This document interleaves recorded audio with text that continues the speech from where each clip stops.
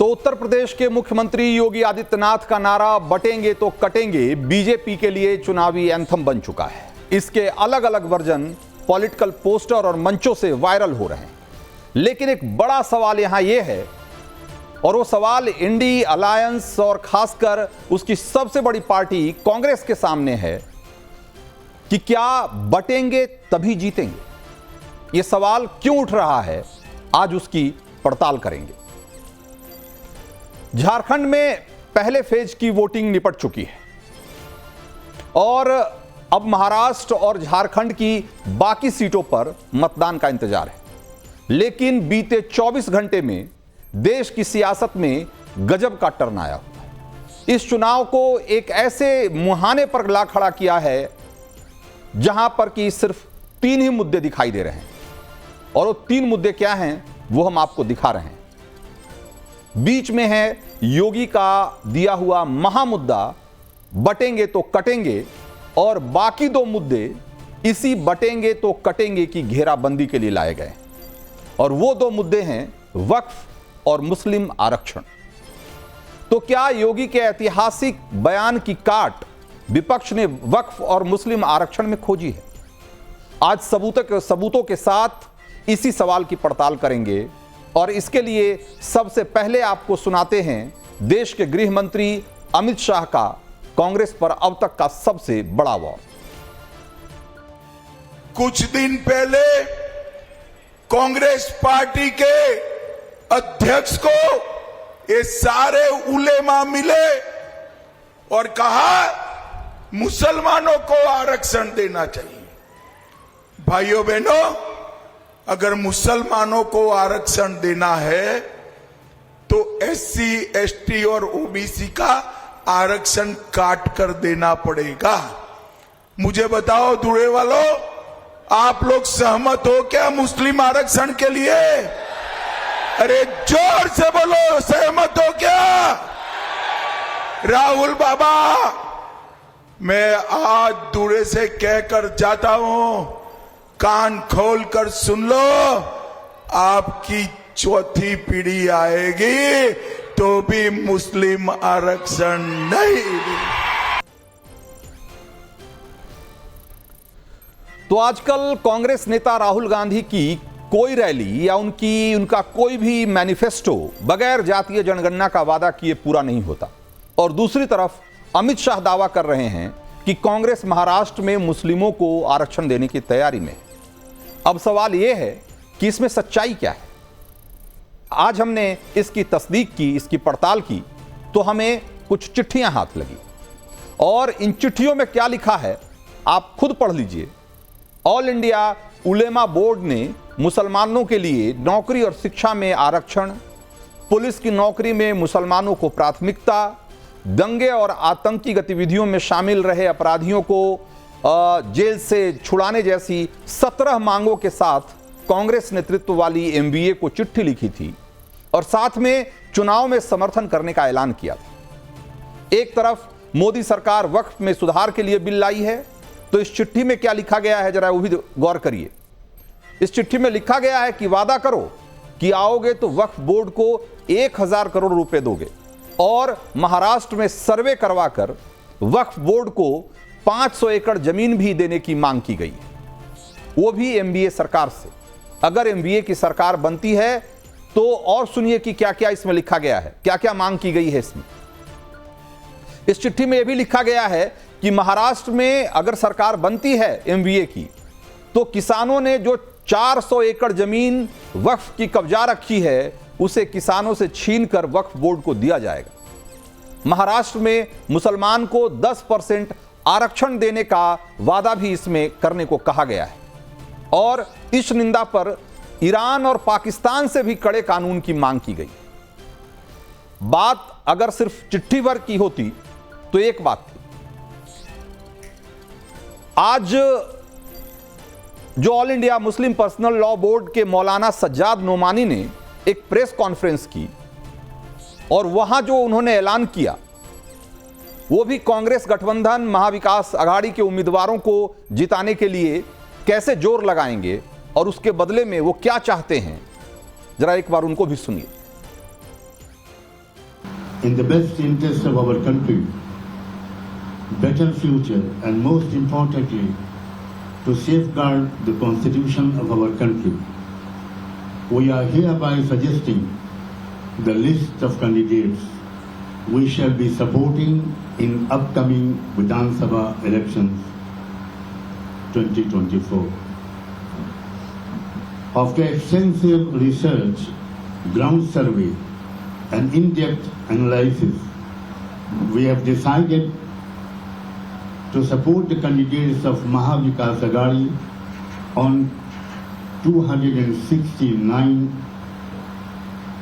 constituencies. तो वैसे तो लोकतंत्र है और चुनाव उसका पर्व है। हर किसी को आजादी है कि वो अपने हिसाब से किसी भी पार्टी को समर्थन देने का ऐलान करे, लेकिन दिक्कत वहां होती है जहां आग उगलने वाले चंद मौलाना और कट्टरपंथी ताकतें खुद को अल्पसंख्यक वोटों का ठेकेदार समझने लग जाती। दिक्कत वहां होती है जब लोकतंत्र के भीतर धीरे से अपने धार्मिक कट्टर एजेंडे को सेट करने की चाल चली जाती।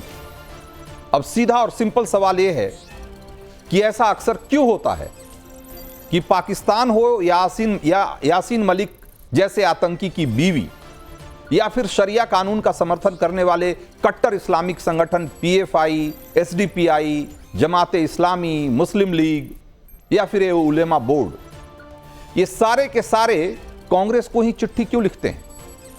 और तो और अपनी मांगे तो रखते ही हैं, साथ में कांग्रेस को समर्थन देने का ऐलान भी करते हैं। और कौन भूल सकता है कि जब जम्मू कश्मीर से मोदी सरकार ने धारा 370 हटाया, तब पाकिस्तान इस मसले को लेकर यूनाइटेड नेशंस में पहुंचा था और वहां पाकिस्तान ने अपनी बात को वजन देने के लिए कांग्रेस के नेता राहुल गांधी के बयानों का उसने सहारा लिया था। और आज भी देख लीजिए क्या हो रहा है। वही कांग्रेस है जिसके नेता नेशनल कॉन्फ्रेंस के साथ मिलकर 370 की वापसी और उसके लिए सदन में लड़ते भिड़ते दिख रहे हैं। और तो और जिस वक्फ बोर्ड को और ज्यादा जमीन देने की मांग उलेमा बोर्ड कर रहा है, वो वक्फ बोर्ड पहले से ही न जाने कितने मंदिरों, किसानों की जमीनों पर गलत तरीके से कब्जा जमा कर बैठा हुआ है। आज राहुल गांधी की बहन प्रियंका गांधी वायनाड से चुनाव लड़ रही हैं। वहां के सीएम क्या बोल रहे हैं? कांग्रेस, मुस्लिम लीग और जमाते इस्लामी जैसे कट्टर इस्लामिक संगठनों का समर्थन लेकर चुनाव लड़ रही है और चुनाव जीतने के लिए इनके साथ एक तरीके से गठबंधन किया हुआ है। लेकिन कांग्रेस की तरफ से अभी तक इस पर कोई जवाब नहीं आया। चंद रोज पहले हजारों कश्मीरी पंडितों के हत्यारे यासीन मलिक की पत्नी ने कांग्रेस नेता राहुल गांधी को चिट्ठी लिखकर अपने पति का मुद्दा संसद में उठाने को कहा और अपने पति को जेल से बाहर निकालने के लिए मदद मांगी। जब सारे के सारे देश विरोधी और देश की एकता के विरोधी, देश की अखंडता के विरोधी, संविधान के विरोधी और हिंदू एकता के विरोधी कांग्रेस को ही अगर अपना रहनुमा मानने लग जाए तो सवाल तो उठते ही हैं कि आखिर कुछ तो वजह होगी कि राहुल गांधी और कांग्रेस से इन लोगों को इतनी उम्मीदें हैं। और मुस्लिम आरक्षण को लेकर कांग्रेस सिर्फ महाराष्ट्र में नहीं घिर रही है, पड़ोसी राज्य कर्नाटक में भी मुस्लिम आरक्षण के मुद्दे पर कांग्रेस सरकार बैकफुट पर दिखाई दे रही है। कर्नाटक में आप सभी जानते हैं 4% आरक्षण रिजर्वेशन पब्लिक टेंडर में मुस्लिम ऑर्गेनाइजेशंस और कॉन्ट्रैक्टर्स के लिए होगा। इस विषय का तुष्टीकरण आज हो रहा है। आज सिद्धरमैया सरकार कर्नाटक में इस बात को लेकर अपनी सहमति रख रही है कि हां 24 अगस्त को चिट्ठी आई थी जो मुस्लिम विधायक कांग्रेस पार्टी के कर्नाटक में थे, जो वक्फ और हाउसिंग के मिनिस्टर जमीर अहमद खान और खुद के उनके मुख्यमंत्री के निजी सचिव नसीर अहमद, इन्होंने जो चिट्ठी लिखी थी सिद्धरमैया जी को कि कर्नाटक में 4% का आरक्षण पब्लिक टेंडर में मुस्लिमों के लिए होना चाहिए, इस विषय को लेकर सिद्धरमैया सरकार ने फिनांस विभाग को, वित्त विभाग को चिट्ठी भी लिखी थी कि आप इसे रिव्यू करिए। और देखिए कि KTPP, Karnataka transparency in public procurement act के अंतर्गत क्या यह करना संभव हो पाएगा? क्या हम पब्लिक कॉन्ट्रैक्ट्स में कर्नाटक में 4% आरक्षण दे सकते हैं मुसलमानों को?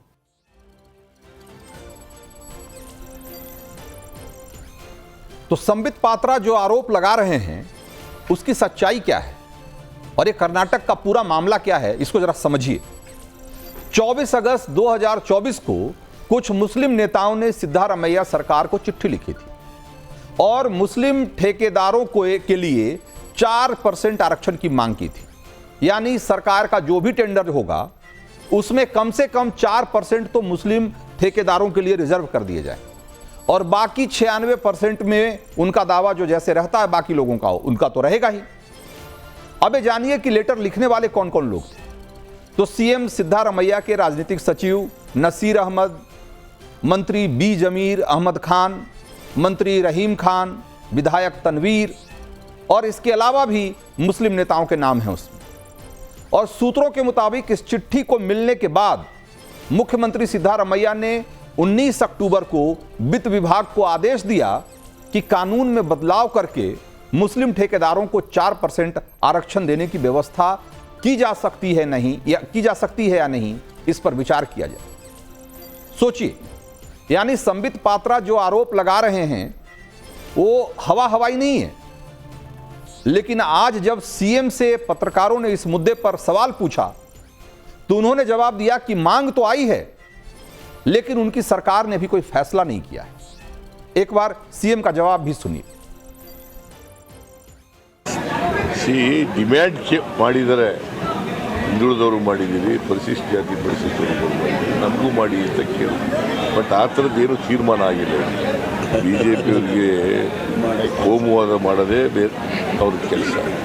ಕೋಮುವಾದ ಸೃಷ್ಟಿ ಮಾಡೋದೇ, ಹಿಂದೂ ಮುಸಲ್ಮಾನರ ಮಧ್ಯೆ ಜಗಳ ತರದೆ, ಅವ್ರ ಮಧ್ಯೆ ಬೆಂಕಿ ಇಡೋದೇ ಅವ್ರ ಕೆಲಸ. ಯಾವಾಗ ಈಗ शांति इरबेकु समाजದಲ್ಲಿ ಅಂತ ಬಯಸಿದ್ದಾರೆ। तो अब यह भी समझिए कि अपने देश में आरक्षण को लेकर संविधान क्या कहता है और क्या धार्मिक आधार पर आरक्षण दिया जा सकता है। तो उसका क्लियर कट आंसर है कि बिल्कुल नहीं, धार्मिक आधार पे आरक्षण नहीं दिया जा सकता। अब खेल समझिए, मुसलमानों में बहुत सारी जातियां हैं जिनको कि मुस्लिम आरक्षण फिर भी मिल रहा है और कैसे मिल रहा है वो जरा आपको हम बताते हैं। पहले तो ये समझिए कि आरक्षण का प्रावधान क्या है। आरक्षण का प्रावधान ये है कि शेड्यूल्ड कास्ट के लिए 15%, शेड्यूल्ड ट्राइब्स के लिए 7.5% और ओबीसी यानी पिछड़ा वर्ग के लिए 27% आरक्षण का इंतजाम है, प्रावधान है।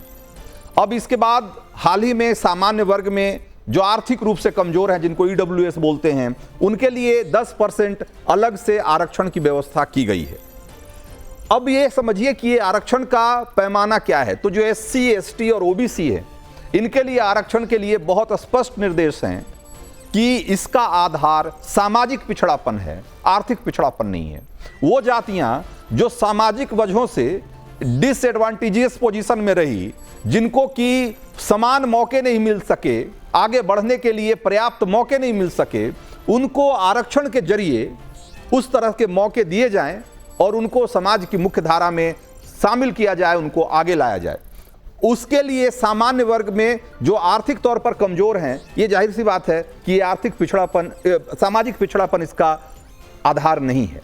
लेकिन संविधान ये बिल्कुल क्लियर कट कहता है कि इस देश में आरक्षण सिर्फ सामाजिक पिछड़ेपन के आधार पर दिया जा सकता है। ये कोई गरीबी उन्मूलन का अभियान नहीं है कि अगर गरीबी देख करके और किसी को कहीं भी हमने आरक्षण दे दिया। तो ये बहुत क्लियर कट लिखा हुआ है। अब आगे बढ़िए।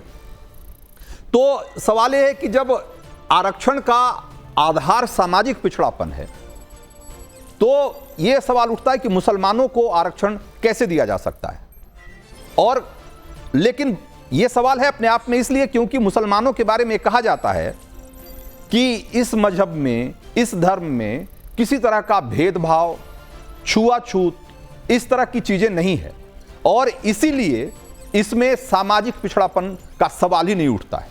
सामाजिक पिछड़ापन से, जैसा कि मैंने स्पष्ट किया कि सामाजिक वजहों से जो लोग पीछे रह गए या जिन्हें मौका नहीं मिला या नहीं उनको आगे आने दिया गया, उनको प्रताड़ित किया गया, दबा कर रखा गया, या उनको किसी तरीके से समाज की मुख्य धारा में, या यूं कहें कि जब आगे बढ़ने के जो अवसर हैं, मौके हैं, उसमें शामिल होने का उनको मौका नहीं दिया गया, उनके लिए आरक्षण की व्यवस्था की गई। लेकिन एक ऐसा धर्म जिसमें कि भेदभाव, छुआछूत और इस तरह की के सामाजिक कुरीतियां नहीं रही हैं, वहां सामाजिक पिछड़ापन आधार नहीं हो सकता। बावजूद इसके इस देश में बहुत सारे ऐसे स्टेट्स हैं जहां पर कि मुसलमानों को आरक्षण दिया जा रहा है, ओबीसी कैटेगरी में दिया जा रहा है।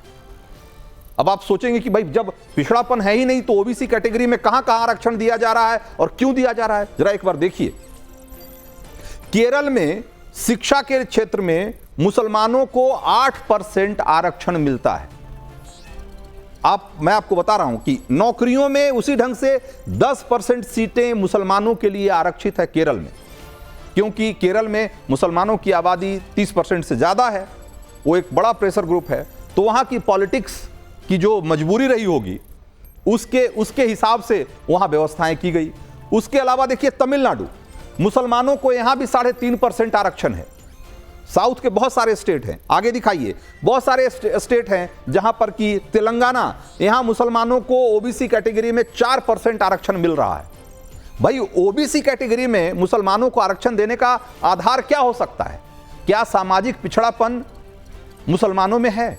और अगर ऐसा है तो इस पर कभी बात क्यों नहीं होती? फिर उसे ऐसा धर्म क्यों कहा जाता है या ऐसे क्यों पेश किया जाता है कि मुसलमानों में कोई भेदभाव नहीं, कोई छुआछूत नहीं? आगे बढ़िए, तेलंगाना ही नहीं, अगर आप देखिए आंध्र प्रदेश, ओबीसी आरक्षण में मुसलमानों का जो रिजर्वेशन है वो 7% से 10% तक है।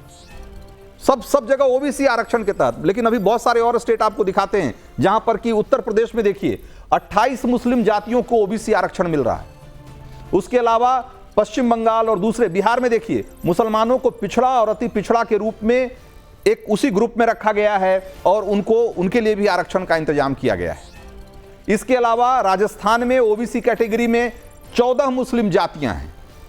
और देखिए अगर आप पश्चिम बंगाल चलेंगे तो पश्चिम बंगाल में तो ये जो 14 मुस्लिम जातियों का जिक्र है राजस्थान में, अगर आप पश्चिम बंगाल में जाएंगे तो ऐसी 46 से ज्यादा जातियां हैं जिनको कि सेंट्रल ओबीसी लिस्ट में डाला गया है। और जैसा कि हमने कई बार पहले भी आपको बताया कि पश्चिम बंगाल में ममता सरकार ने तो 78 ऐसी जातियों को, 77 ऐसी और जातियों को उसमें शामिल करने की सिफारिश कर दी थी और बहुत सारे लोगों को तो उसके आधार पर नौकरियां भी मिल गई। बाद में हाई कोर्ट ने उस पर रोक लगाई क्योंकि उन्होंने कहा कि ये जो आरक्षण दिया गया है मुसलमानों को ओबीसी कैटेगरी में, ओबीसी के तहत, ये एक तरीके से नियमों को ताक पर रख के ये आरक्षण दिया गया है। लेकिन आप इस बात को समझिए कि ये कुछ ना कुछ तो इनकी सियासी मजबूरी रही होगी कि इस तरीके से ओबीसी के खाते से, ओबीसी की कैटेगरी से मुसलमानों को आरक्षण दिया जा रहा है। अब ऐसे में अगर प्रधानमंत्री से लेकर और गृह मंत्री तक ये आरोप लगा रहे हैं कि ये दलितों का, पिछड़ों का, ये सबका आरक्षण काट करके और मुसलमानों को देना चाहते हैं, तो क्या आपको लगता है कि ये गैरवाजिब है? ये झूठ है। मैंने आपको ऐसे बहुत सारे स्टेट्स बताए, बहुत सारे दूसरे स्टेट्स का मैंने, जैसे कि पश्चिम बंगाल का आंकड़ा तो हमने आपको दिखाया ही नहीं, लेकिन ऐसे बहुत सारे स्टेट्स हैं जहां पर कि इन्हीं राजनीतिक मजबूरियों की वजह से मुसलमानों को ओबीसी का आरक्षण दिया जा रहा है। और पश्चिम बंगाल में तो इस स्तर का खेल है कि वहां उन्होंने ग्रुप ए और ग्रुप बी कर दिया उसमें ओबीसी आरक्षण में भी, और ग्रुप बी में जिसमें कि ज्यादा सहूलियतें मिलती हैं और आरक्षण के तहत ज्यादा फायदे मिलते हैं, उसमें ज्यादातर मुस्लिम जातियों को डाल दिया गया। और कैटेगरी ए में वैसी जातियों को, हिंदू जातियों को डाल दिया गया जहां पर कि आरक्षण का कम फायदा मिलता है। यह सब राजनीतिक खेल है और ये अपने वोट बैंक को खुश करने के लिए किया जाता है। लेकिन इस देश में आपको बहुत सारे लोग ऐसे मिल जाएंगे जो कहेंगे कि इस देश में मुसलमानों को आरक्षण नहीं मिलता। और बहुत सारे हमारे चैनल पे आकर के भी हमने बहुत सारे ऐसे मुस्लिम स्कॉलर को हमने सुना है जो ये कहते हैं कि इस देश में मुसलमानों को कहीं आरक्षण ही नहीं मिलता, जो कि सरासर झूठ है। देश के आधा से ज्यादा, हमने आपको बताया कि आधे से ज्यादा बड़े राज्यों में मुसलमानों को ओबीसी के तहत आरक्षण मिल रहा है और खूब मिल रहा है, और भर भर कर इसका फायदा भी उनको उठा रहे हैं वो। लेकिन झूठे फैलाया जाता है कि मुसलमानों को आरक्षण नहीं मिल रहा है। जब ऑलरेडी उनको ओबीसी के तहत आरक्षण मिल ही रहा है तो उनके लिए अलग से आरक्षण की मांग क्यों की जाती है? और इस बात को लेकर कांग्रेस बार बार क्यों कोशिश करती है कि सिर्फ धर्म के आधार पर मुसलमानों के लिए अलग से आरक्षण कर दिया जाए, जबकि ऑलरेडी उनको आरक्षण का फायदा मिल रहा है? तो इस पूरे खेल को समझिए। मुसलमानों में भी बहुत सारी जातियां हैं और उन्हें आरक्षण मिल रहा है, लेकिन मुस्लिमों की जातियों की चर्चा कोई भी कांग्रेस या इंडी गठबंधन का नेता मंच से नहीं करेगा। हां, हिंदुओं की जातियों के नाम पर उन्हें जरूर बार बार उनकी पहचान कराई जाती है और उन्हें अलग अलग खेमे में बांटने की कोशिश की जाती है, लेकिन मुसलमानों के बारे में ऐसा कोई बयान नहीं आएगा, कोई खेमा नहीं बनाने की बात होती है। और योगी जब बटेंगे तो कटेंगे कहते हैं तो कांग्रेस उसे सांप्रदायिक बयान कहती है, समाज में सौहार्द खत्म करने वाला बयान बताती है।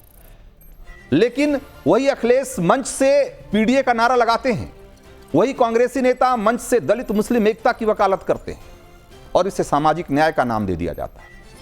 एक खेल सिर्फ मुस्लिम आरक्षण तक ही नहीं सिमटा हुआ है।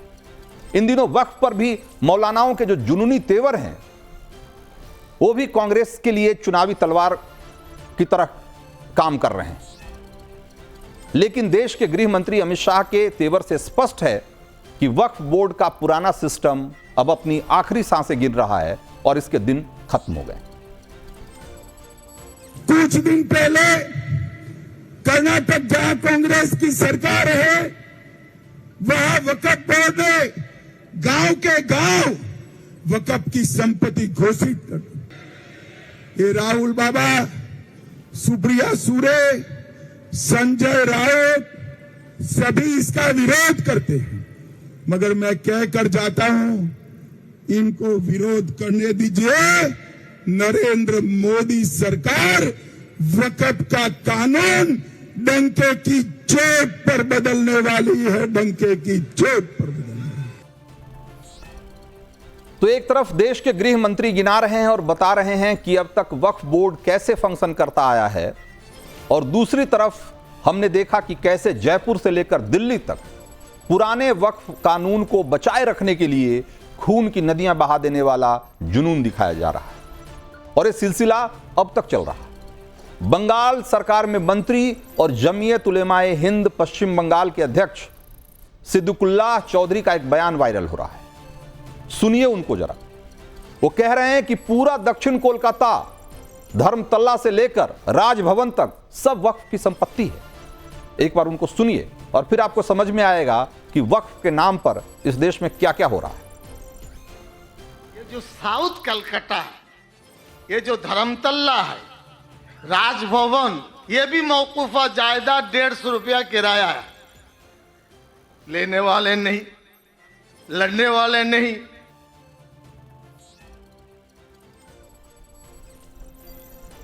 तो ये वायरल बयान है और सोशल मीडिया पर खूब शेयर किया जा रहा है, लेकिन सवाल यही है कि कहीं विपक्ष इंडी गठबंधन का जो एजेंडा है, विपक्षी इंडी गठबंधन का, वो भी तो यही नहीं है कि मुस्लिम आरक्षण के नाम पर मुसलमान वोट को एकमुश्त कर लिया जाए और बाकी बचे हिंदू वोटों को तो वो अपने जातियों के आधार पर तोड़कर उसे आपस में बांट ही लेंगे।